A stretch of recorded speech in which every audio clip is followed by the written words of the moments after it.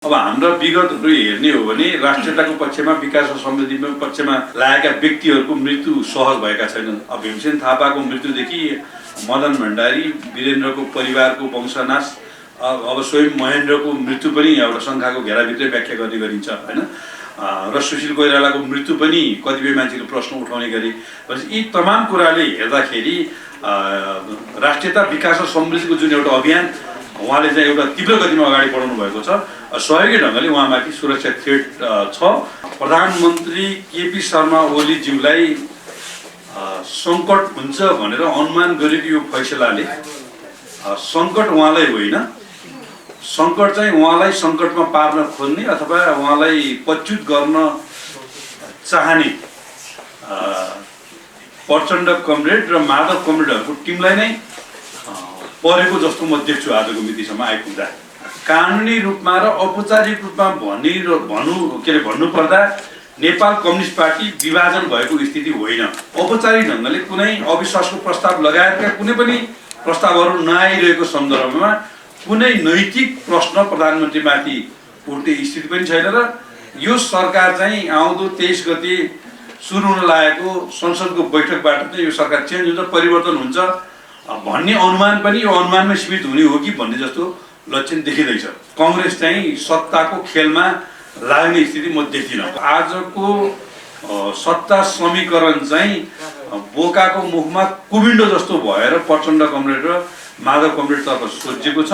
प्रधानमन्त्री केपी शर्मा ओलीको वरिपरि नेपालको राजनीति एउटा लामो समय चल्नेछ र तर आज चाहिँ नेकपा भित्रै सत्ताको खेल छ। प्रचण्ड कमरेड र माधव कमरेडले जुन दिनसँग औपचारिक ढङ्गले पार्टी फुटेको कुराको दाबी गर्नुहुन्न त्यो दिनसम्म यो समस्या रहिरहन्छ।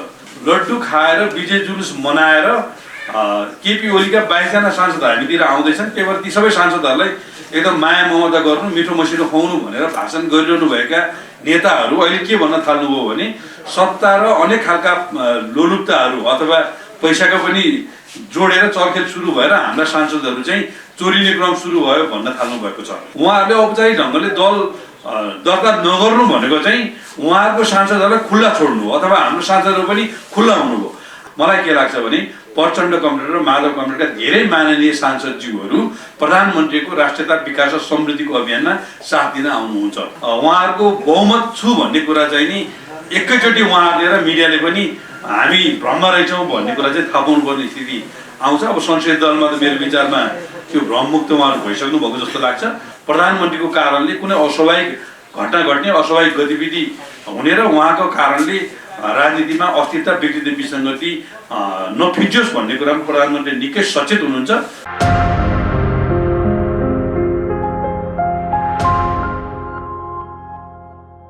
नमस्कार। न्युज क्लबको साक्षात्कार कार्यक्रममा आज जुन यो अवसर दिनुभएकोमा म ऋषि धमलाजीलाई पनि धन्यवाद दिन चाहन्छु। स्वाभाविक ढङ्गले सर्वोच्च अदालतको फैसला पछाडि राजनीतिक निकासा यसले आउँदैन, लोकतन्त्रलाई यसले सुदृढ बनाउन मद्दत गर्दैन र राजनीतिभित्र चाहिँ अस्थिरता र हामीले ढङ्ग पुर्याएनौँ भने विकृति विसङ्गति पनि घुस्न सक्छ भनेर हामीले जुन विश्लेषण गरिरहेका थियौँ यो फैसलाको स्वागत गरिरहँदा त्यो कुरा चाहिँ क्रमशः पुष्टि हुँदै छन् र यसभित्र रहेका कतिपय पर्दाहरू पनि खुल्दैछन्। त्यसो भएको हुनाले मैले के देख्छु भने आजको मितिमा प्रधानमन्त्री केपी शर्मा ओलीज्यूलाई सङ्कट हुन्छ भनेर अनुमान गरेको यो फैसलाले सङ्कट उहाँलाई होइन, सङ्कट चाहिँ उहाँलाई सङ्कटमा पार्न खोज्ने अथवा उहाँलाई पच्युत गर्न चाहने प्रचण्ड कमरेड र माधव कमरेडहरूको टिमलाई नै परेको जस्तो म देख्छु आजको मितिसम्म आइपुग्दा। किनभने उहाँहरूसँग अब फ्रन्ट गियर भन्दा पनि ब्याक गियर लगाउनु पर्ने स्थितिहरू पौष 5 गते उहाँले हठात प्रस्तुत गर्नुभएको अविश्वासको प्रस्ताव जसमा पुष्पकमल दाहाल प्रचण्डलाई प्रधानमन्त्रीको रूपमा अगाडि सारिएको थियो, त्यो हिजोको बैठकबाट उहाँ ब्याक हुनुभएको, फिर्ता हुनुभएको एउटा अवस्था छ। अब भोलिका दिनमा परिस्थिति उहाँहरूको निमित्त झन् असहजतातर्फ गइरहेको छ। प्रधानमन्त्रीज्यूले कुनै थप एक्स्ट्रा कदम चाल्नुपर्ने स्थिति म देख्दिनँ, किनभने कानुनी रूपमा र औपचारिक रूपमा भन्नुपर्दा नेपाल कम्युनिस्ट पार्टी विभाजन भएको स्थिति होइन। नेपाल कम्युनिस्ट पार्टी विभाजन भएको स्थिति नहुँदा नेपाल कम्युनिस्ट पार्टीको अध्यक्षको हैसियतले र संसदीय दलको हैसियतले प्रधानमन्त्रीले खेल्नुपर्ने भूमिका र कर्तव्यबाट उहाँ विचलित हुनुपर्ने, ब्याक हुनुपर्ने एउटा स्थिति छैन। कम्युनिस्ट पार्टी औपचारिक ढङ्गले र कानुनी ढङ्गले फुटको अवस्थामा गएको कुरा हामीले नस्वीकारेको अवस्थामा र वर्तमान सरकारको विरुद्ध औपचारिक ढङ्गले कुनै अविश्वासको प्रस्ताव लगायतका कुनै पनि प्रस्तावहरू नआइरहेको सन्दर्भमा कुनै नैतिक प्रश्न प्रधानमन्त्रीमाथि उठ्ने स्थिति पनि छैन र यो सरकार चाहिँ आउँदो 23 गते सुरु हुन लागेको संसदको बैठकबाट चाहिँ यो सरकार चेन्ज हुन्छ, परिवर्तन हुन्छ भन्ने अनुमान पनि यो अनुमानमै सीमित हुने हो कि भन्ने जस्तो लक्षण देखिँदैछ।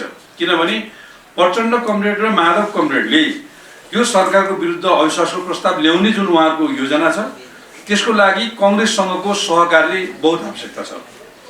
कङ्ग्रेसको राजनीतिक एनालाइसिसबाट उसले दुईटा निष्कर्ष निकाल्यो भने मलाई लाग्छ। एउटा, औपचारिक ढङ्गले नेपाल कम्युनिस्ट पार्टीको विभाजन नभएसँग हामी कुनै गुटसँग वार्ता र सहकार्य गर्दैनौँ भन्ने कङ्ग्रेसको निष्कर्ष छ। दोस्रो, विभाजित अवस्थामा रहेको नेपाल कम्युनिस्ट पार्टीलाई चुनावी मैदानबाट टक्कर दिन सक्ने बेला यही हो। त्यसो भएको हुनाले जति सक्दो चाँडो निर्वाचनमा जानुपर्छ र निर्वाचन अगाडि सत्तामा जाँदा हामी आफै पनि बदनाम हुने एउटा स्थिति हुनसक्छ र उहाँहरूको आन्तरिक टिमभित्र पनि महाधिवेशनभन्दा अगाडि सत्तामा जाने स्थितिले सत्ताको होल्ड गरिरहेको आफ्नो टिमभित्रले अर्को पक्षले चाहिँ पार्टीको महाधिवेशन प्रभाव जमाउन सक्छ भन्ने एउटा स्थितिको कारणले पनि कङ्ग्रेस चाहिँ सत्ताको खेलमा लाग्ने स्थिति म देख्दिनँ। कङ्ग्रेस सत्ताको खेलमा नलाग्दा साथै वर्तमान सरकारलाई हटाउने कुरा चाहिँ निकै चुनौतीपूर्ण स्थितिमा म देख्छु। अब जनता समाजवादी पार्टीको पनि म मानसिकता के देख्छु भने बाबुराम र उपेन्द्र यादवज्यूहरूले प्रचण्ड कमरेडहरूलाई अलिकति माया ममता गर्न खोजेको, उहाँहरूको बिचमा सरकारको साझेदारी र महत्त्वपूर्ण मन्त्रालयको बाँडफाँड पनि टुङ्गिएको भन्ने जस्ता कुराहरू आइरहेको बेलामा उपेन्द्र महतो र महन्त ठाकुरहरूले तपाईँको पार्टी कुन हो भनेर प्रचण्डलाई प्रश्न गरिरहेको र प्रचण्डसँगको चाहिँ सहयात्रा विगतमा असहज भएको कारणले यसलाई निरन्तरता दिन सकिँदैन भनिरहेको अवस्थामा मलाई लाग्छ आजको सत्ता समीकरण चाहिँ बोकाको मुखमा कुबिन्डो जस्तो भएर प्रचण्ड कमरेड र माधव कमरेडतर्फ सोचिएको छ र मैले भन्दै आएको प्रधानमन्त्री केपी शर्मा ओलीको वरिपरि नेपालको राजनीति एउटा लामो समय चल्नेछ र कोर्ट उहाँकै बलको कोर्ट चाहिँ उहाँकै कोर्टमा भएको हुनाले फेरि पनि उहाँले नै अबको राजनीतिक परिवेशलाई कसरी लैजाने भन्ने कुराको चाहिँ नि नेतृत्वदायी भूमिका खेल्नुपर्ने ठाउँमा उहाँ पुग्नु भएको छ भन्ने मलाई लाग्छ। अब जहाँसम्म संसदीय विकृति र विसङ्गति 52 सालको स्टाइलमै फर्किन्छ कि भन्ने जुन हाम्रो शङ्का थियो त्यो चाहिँ फर्किने म कुरा देख्दिनँ। किनभने कङ्ग्रेसले आफ्नो पोजिसन स्पष्ट पारिसके पछाडि नेकपा भन्दा बाहिर सत्ताका खेल चाहिँ अहिले पुगेको छैन। अब भोलि अविश्वासको प्रस्ताव कसरी प्रकट हुन्छ त्यो आधारमा नेकपा भन्दा बाहिर सत्ताको खेल पुग्दाखेरि त्यो कसरी प्रकट हुन्छ हामी हेरौँला, त्यस पछाडि त्यसको बारेमा बहस गरौँला। तर आज चाहिँ नेकपा भित्रै सत्ताको खेल छ। अब नेकपा भित्रको खेललाई दुई ढङ्गले निरूपण गर्न सकिन्छ। एउटा, विगतमा भएका कमी कमजोरीहरूलाई नेताहरूले स्वीकार गरेर भदौ 26 गते भन्दा अगाडिको परिस्थितिमा नेकपालाई पुर्याउनु पर्छ भन्ने गृहमन्त्री रामबहादुर थापा बादलले भनिरहनु भएको सन्दर्भमा त्यो परिवेशबाट नेकपाको एकता प्रक्रिया टुङ्ग्यो भने मलाई लाग्छ आजको जटिल राजनीतिक परिवेशले एउटा निकास पाउँछ। यदि त्यो मोडलमा गएन भने प्रचण्ड कमरेड र माधव कमरेडले जुन दिनसँग औपचारिक ढङ्गले पार्टी फुटेको कुराको दाबी गर्नुहुन्न त्यो दिनसम्म यो समस्या रहिरहन्छ। किनभने लड्डु खाएर विजय जुलुस मनाएर केपी ओलीका 22 जना सांसद हामीतिर आउँदैछन्। केवल ती सबै सांसदहरूलाई एकदम माया ममता गर्नु, मिठो मसिनो खुवाउनु भनेर भाषण गरिरहनु भएका नेताहरू अहिले के भन्न थाल्नुभयो भने सत्ता र अनेक खालका लोलुप्ताहरू अथवा पैसाको पनि जोडेर चलखेल सुरु भएर हाम्रा सांसदहरू चाहिँ चोरिने क्रम सुरु भयो भन्न थाल्नु भएको छ।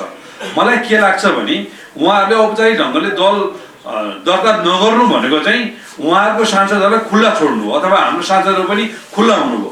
हाम्रो सांसदहरूलाई खुल्ला बनाएर उहाँहरूतिर चोर्ने जुन स्ट्राटेजी सर्वोच्च अदालतको फैसला पछाडि उहाँहरूलाई सहज हुन्छ भन्ने उहाँलाई लागेको थियो, त्यो कुरा उहाँहरूतर्फ सहज होइन, उहाँहरूतर्फ असहजतातर्फ प्रकट भएको छ। त्यसको हुनाले कुनै पनि कम्युनिस्ट आन्दोलन लागेका सांसदहरू अथवा जनप्रतिनिधिहरू अथवा नेता कार्यकर्ताहरू 70 वर्ष पछाडि कम्युनिस्ट पार्टीले प्राप्त गरेको यो उपलब्धि, यो सरकार, यो समृद्धि, यो विकास र यो राष्ट्रियताको मुद्दालाई छोडेर कम्युनिस्ट अथवा प्रतिपक्षलाई सत्ताको साँचो सुम्पन तयार छैन। त्यसो भएको हुनाले मलाई के लाग्छ भने प्रचण्ड कमरेड र माधव कमरेडका धेरै माननीय सांसदज्यूहरू प्रधानमन्त्रीको राष्ट्रियता विकास र समृद्धिको अभियानमा साथ दिन आउनुहुन्छ। त्यो साथ दिन आउने क्रममा प्रधानमन्त्री स्वयं र उहाँसँग निकट रहेका नेताहरू र हामीहरूसँग पनि स्वाभाविक ढङ्गले उहाँहरू सम्पर्क आउने स्थिति बन्छ र त्यो सम्पर्कलाई राजनीतिमा हामीले सहजीकरण गरिदिने र हाम्रो अनुकूलतामा उहाँहरूलाई हाम्रो मुद्दामा उहाँलाई सहमत गरेर लिएर हिँड्ने कुरामा त्यसलाई एकदम अन्यथा होइन स्वाभाविक ढङ्गले लिनुपर्छ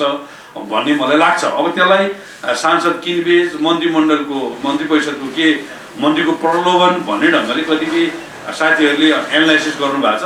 त्यसलाई त्यो ढङ्गले बुझ्ने भन्दा पनि मुद्दाले, राजनीतिले, कानुनी हैसियतले र गणितीय हिसाबले पनि प्रचण्ड र माधव कमरेडहरू निकै सङ्कटमा पर्नु भएको हुनाले त्यो अवस्था देखिँदैछ। अब म चाहिँ अर्को एउटा खतरनाक अवस्था के देख्छु भने यदि उहाँहरूले औपचारिक ढङ्गले पार्टी फुटेको कुरालाई कतै दर्ज गराउनु भएन भने उहाँका बहुमत छु भनेका केन्द्रीय सदस्यहरू र बहुमत छु भनेका धेरै सांसदहरू केपी कमरेडतिर आउनुहुनेछ र उहाँहरूको बहुमत छु भन्ने कुरा चाहिँ नि एकैचोटि उहाँहरूले र मिडियाले पनि हामी भ्रममा रहेछौँ भन्ने कुरा चाहिँ थाहा पाउनुपर्ने स्थिति आउँछ। अब संसदीय दलमा त मेरो विचारमा त्यो भ्रममुक्त उहाँहरू भइसक्नु भएको जस्तो लाग्छ। अब पार्टीमा पनि साबिक पार्टीमा उहाँहरूको केन्द्रीय कमिटीको जुन दाबी छ त्यसबाट पनि उहाँहरू भ्रममुक्त हुने क्षणको चाहिँ प्रतीक्षा गर्दा हुन्छ भन्ने लाग्छ मलाई। त्यसको हुनाले अबको राजनीतिलाई फेरि पनि विकास, फेरि पनि समृद्धि, फेरि पनि राष्ट्रिय एकताको पक्षमा लैजानको लागि प्रधानमन्त्रीको जुन एउटा उचाइ छ, जुन एउटा व्यक्तित्व उहाँले बन्नु भएको छ, त्यसलाई राज्यले अथवा मुलुकले क्यास गर्दै सबै राजनीतिक दलहरूको बिचमा एउटा उच्च तहको समझदारी बनाएर निकास दिने मोडलमा जानुपर्छ र प्रधानमन्त्री त्यही मोडलमा जान चाहनु भएको छ र प्रधानमन्त्रीको कारणले कुनै अस्वाभाविक घटना घट्ने, अस्वाभाविक गतिविधि हुने र उहाँको कारणले राजनीतिमा अस्थिरता, विकृति, विसङ्गति नफिजियोस् भन्ने कुरामा प्रधानमन्त्री निकै सचेत हुनुहुन्छ र उहाँ सचेत भएको कारणले उहाँलाई सहयोग गर्ने हामी सबै त्यो कुरामा चाहिँ एकदम सचेत छौँ, संवेदनशील छौँ र तपाईँहरूले प्रकट गर्नुभएको चिन्ता चाहिँ नि व्यवहारमा कहीँ पनि देखिने छैन। मैले यति नै कुरा राख्दै अहिले आफ्नो भनाइ टुङ्ग्याएँ। एउटा प्रश्न जस्तो प्रधानमन्त्रीज्यूले हिजो मात्रै के गर्नुभयो भने खास गरी प्रधानमन्त्री असुरक्षित आफैले चाहिँ सुरक्षाको थ्रेटको कुरा गर्नुभयो। यो किन भन्नुभयो? उहाँले के साँच्चै सुरक्षा थ्रेट महसुस गर्न थाल्नु भएको हो? अब नेपाललाई एउटा सतीले सरापेको देश पनि भनिन्छ। अब हाम्रो विगतहरू हेर्ने हो भने राष्ट्रियताको पक्षमा, विकास र समृद्धिको पक्षमा लागेका व्यक्तिहरूको मृत्यु सहज भएका छैनन्। अब भीमसेन थापाको मृत्युदेखि मदन भण्डारी, वीरेन्द्रको परिवारको वंशनाश, अब स्वयं महेन्द्रको मृत्यु पनि एउटा शङ्काको घेराभित्रै व्याख्या गर्ने गरिन्छ होइन। र सुशील कोइरालाको मृत्यु पनि कतिपय मान्छेले प्रश्न उठाउने गरे। यी तमाम कुराले हेर्दाखेरि राष्ट्रियता, विकास र समृद्धिको जुन एउटा अभियान उहाँले चाहिँ एउटा तीव्र गतिमा अगाडि बढाउनु भएको छ, सहयोगी ढङ्गले उहाँमाथि सुरक्षा थ्रेट छ र त्यस्ता केही सूचनाहरू प्राप्त गरेर नै उहाँले यो कुरालाई बाहिर ल्याउनु भयो।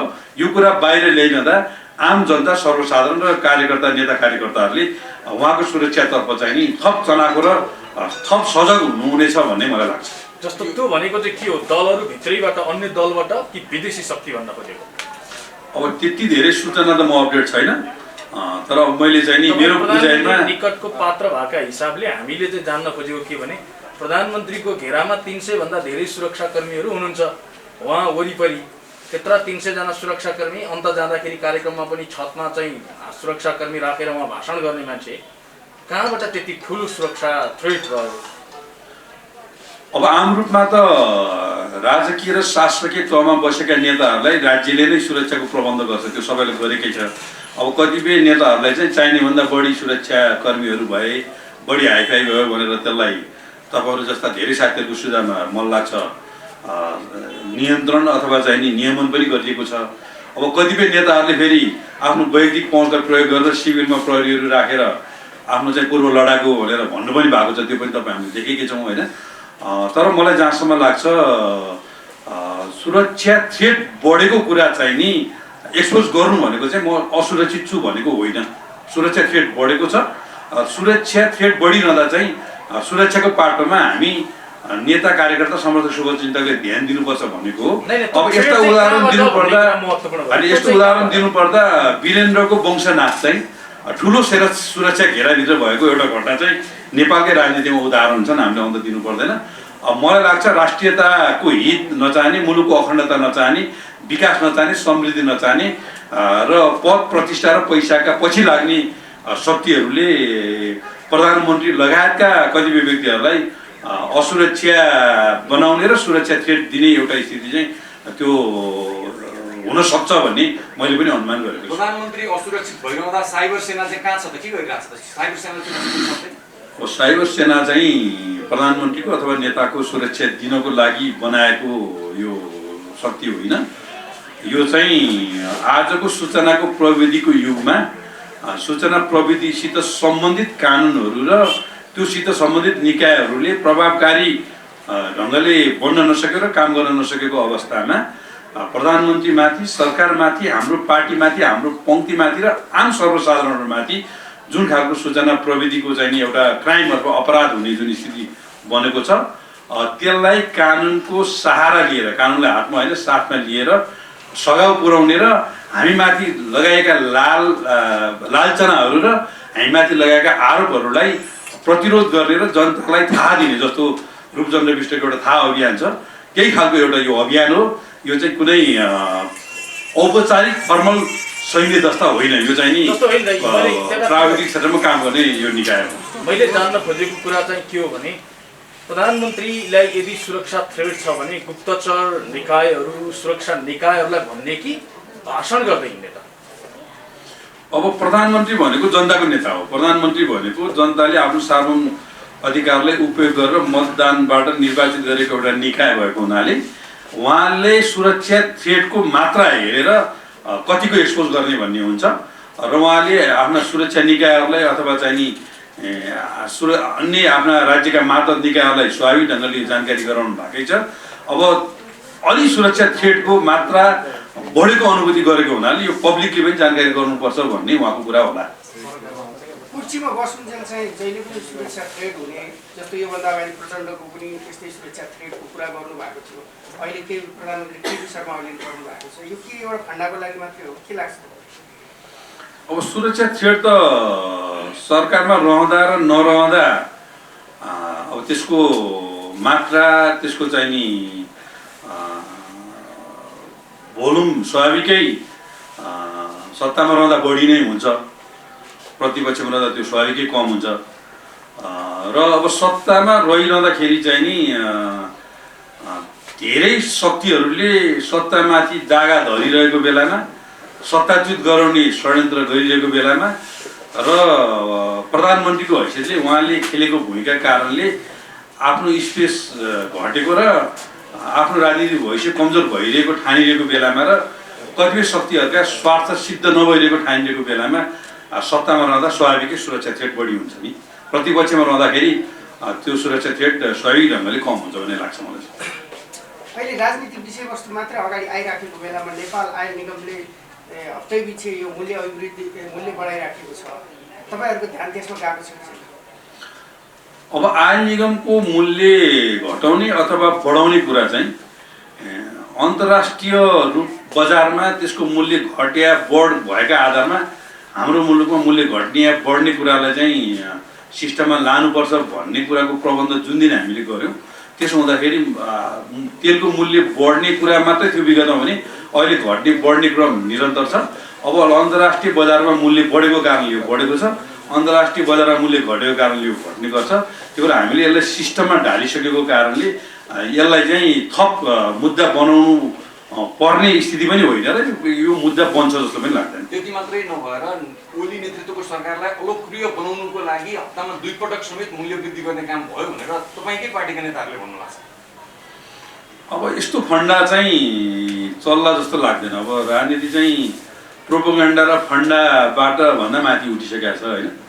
अब कहिले प्राधिकरणको सिइओको नियुक्ति, कहिले उसको मूल्य वृद्धि आयल निगमले गरेको मूल्य वृद्धि, अब यस्ता फन्डाहरूले धेरै घर गर्ला जनताको बिचमा भन्ने चाहिँ मलाई लाग्दैन। यो चाहिँ एउटा फन्डा हो। अब अन्तर्राष्ट्रिय मार्केटलाई हामीले स्वीकारेर त्यो अनुसारको हाम्रो मार्केट प्राइसले संयोजन गर्ने भनिसके पछाडि त्यो एउटा सैद्धान्तिक रूपमा त्यो कुरा आत्मसात गरेपछि त्योभन्दा फरक ढङ्गले छलफल गर्न भएन कि चाहिँ अब राज्यले अनुदान दिएर अन्तर्राष्ट्रिय मार्केटमा मूल्य धेरै हाई हुँदाखेरि जनतालाई सुविधा दिउँ भन्न परिस्थिति आयो भने त्यो एउटा छलफल होला सरकारको, नत्र भने त यो त सैद्धान्तिक कुरा हो, यो फन्डाको रूपमा उठाएको जस्तो लाग्छ।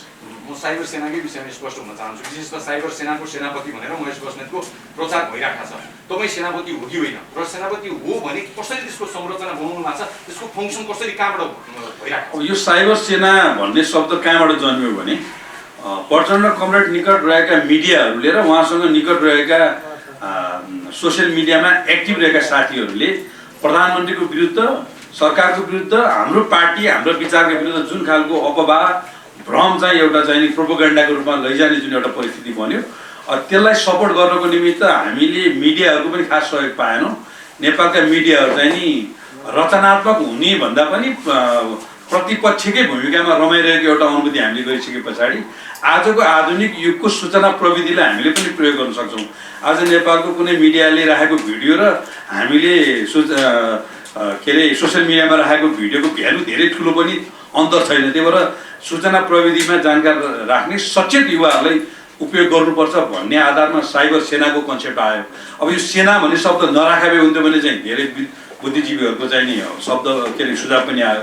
अब यो सेना राखेको चाहिँ एउटा मनोवैज्ञानिक एउटा उपचार पद्धति पनि हो। यो चाहिँ ट्रिटमेन्ट भन्छ नि, साइकोलोजिकल ट्रिटमेन्ट पनि हो। त्यो कारणले यसको नाम चाहिँ साइबर सेना मेरै मुखबाट अनायास यो आएको शब्द कुनै प्लानमा आएको होइन।